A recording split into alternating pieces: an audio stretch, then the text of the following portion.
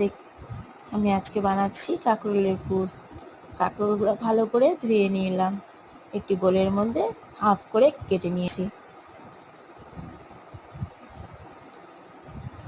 করে লবণ দিয়ে সেদ্ধ করে নেব।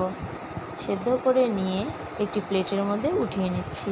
এবার কাঁকরোলগুলো ঠান্ডা হওয়ার পরে চামচ দিয়ে কাঁকরোলের বীজগুলি ভেতর থেকে বের করে একটি প্লেটের মধ্যে নিয়ে নিচ্ছি। এবার সবগুলির থেকে বীজ বের করে একটি শিলনোড়ার মধ্যে কাঁচা লঙ্কা, সরষার বীজগুলি ভালো করে মিহি বেটে নিচ্ছি। আবারও কড়াইতে তেল গরম করে নিয়ে সরষার তেল দিয়ে বীজ বাটাগুলো ভালো করে ভেজে নিচ্ছি। এবার কাঁকরোলের পুরগুলি ভালো করে কাঁকরোলের মধ্যে ভরে দিলাম। এবার আগের থেকে বানিয়ে রেখেছিলাম বেসনের ব্যাটার দিয়ে ভালো করে মাখিয়ে তেল গরম করে কড়াইতে লাল লাল করে এপিঠটা ভেজে নিলাম। তারপরে উল্টে পাল্টে লাল লাল করে কাঁকরোলের পুরগুলো ভেজে নিচ্ছি। তোমাদের কেমন লাগলো অবশ্যই জানিও। যারা আমার ইউটিউব চ্যানেল থেকে দেখছো তারা অবশ্যই আমার চ্যানেলটা সাবস্ক্রাইব করে দিও।